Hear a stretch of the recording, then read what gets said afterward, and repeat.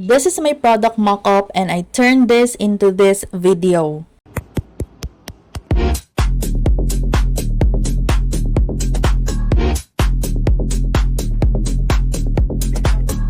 I used to spend hours, like actual hours, just to create one UGC video for my products. Sometimes I don't even manage to create a single video in a day because I get overwhelmed. But today, I made one in just a few minutes.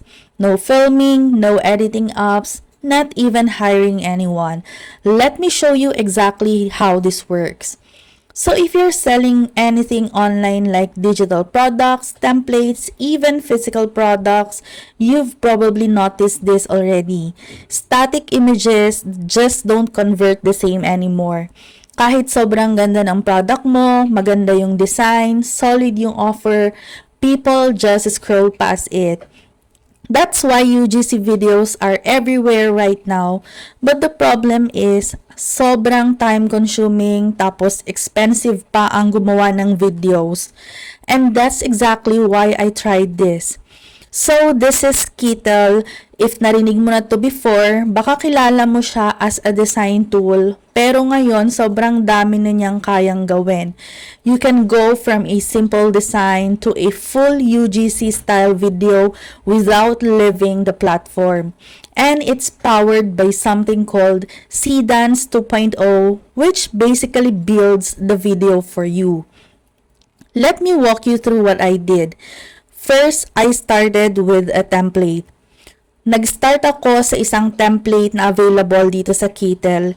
Hindi mo na kailangang mag-design from scratch, which I love, lalo na kapag consistent ka sa pag-create ng content. So una, gumawa muna ako ng t-shirt design na gusto kong ibenta sa Etsy, since meron na rin akong ibang store for POD items. Below that is the product mock-up. You can generate your own mock-up or pwede ka din gumamit ng free or paid mock-ups. So, ganito lang siya. I-click mo lang yung board ng pre-made template. Meron na siyang ready-made na prompt. You can adjust that if you want. Then, click Regenerate. Next is gawin naman natin yung UGC video. So, since gumamit tayo ng template, i-click natin ulit yung board.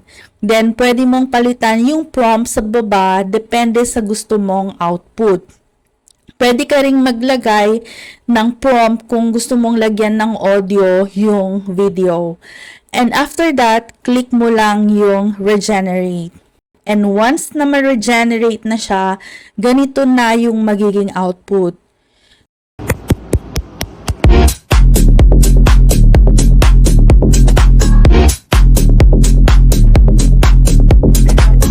Kung gusto niya namang mag-create pa ng another video for another shot, just click this and then choose AI video. Then type mo lang yung prompt, then same process, click generate.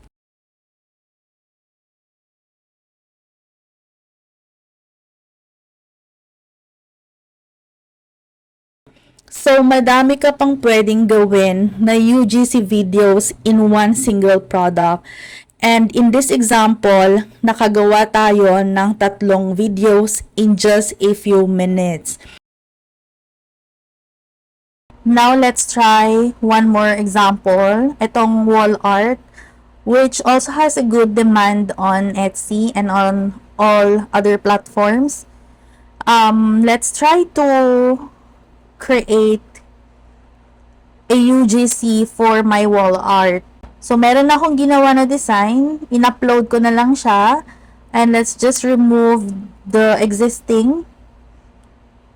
And let's try to change itong nandito sa design para mapalitan yung ating mock-up dito. So, after that, click on the product mock-up. And then, you just have to generate. And let's just wait for a few seconds para ma-generate yung ating product mock-up para makagawa tayo ng AI video. So, pag na-generate na yung product mock-up, let's now make the UGC video. So, the same process, just click on the prompt, and if you want to edit anything on the prompt, you can do that. And then just click generate. So, based from this mock-up, nakagawa na tayo ng UGC video. So, all you have to do is to play. Changed everything. I mean, look at this. The quality's actually so good. This changed. Now, since nakagawa na tayo ng isang video, let's say I would like to use the same design for a t-shirt. Pwede natin gawin yon dito lang sa isang design board dito sa Kittl. So, nakagawa tayo ng wall art. Now, I would like to make this as a design for a t-shirt. All you have to do is, let's add AI image board. And then, lalagyan lang natin siya ng prompt. So, just like this. And let's try to generate. You can also change the size if you want. Pero, let's just say, let's match the input. So, kung ano yung size na nandito sa design, yun din yung magiging size ng product mock-up. So, let's generate and let's wait for its result. So, this is our product mock-up now. And based from the product mock-up, you would like to make a UGC video. So, all you have to do is to add AI video board.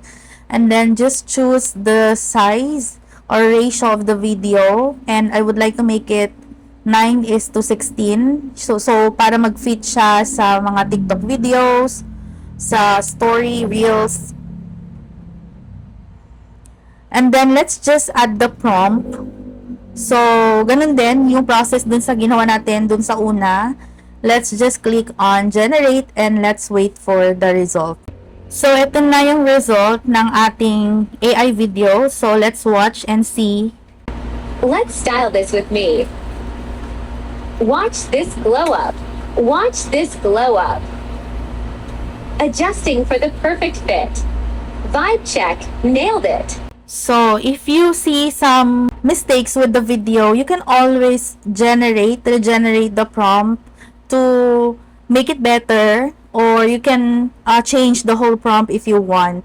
So, in this example, we have made 2 different products from this design. So, imagine we only have one design, but we were able to make 2 products, 2 product mock-ups, and 2 UGC video. Actually, you can create more UGC videos and more product mock-up in one single design. That's what I really love about Kittl because of its ability to create product mock-ups and videos in just one single project.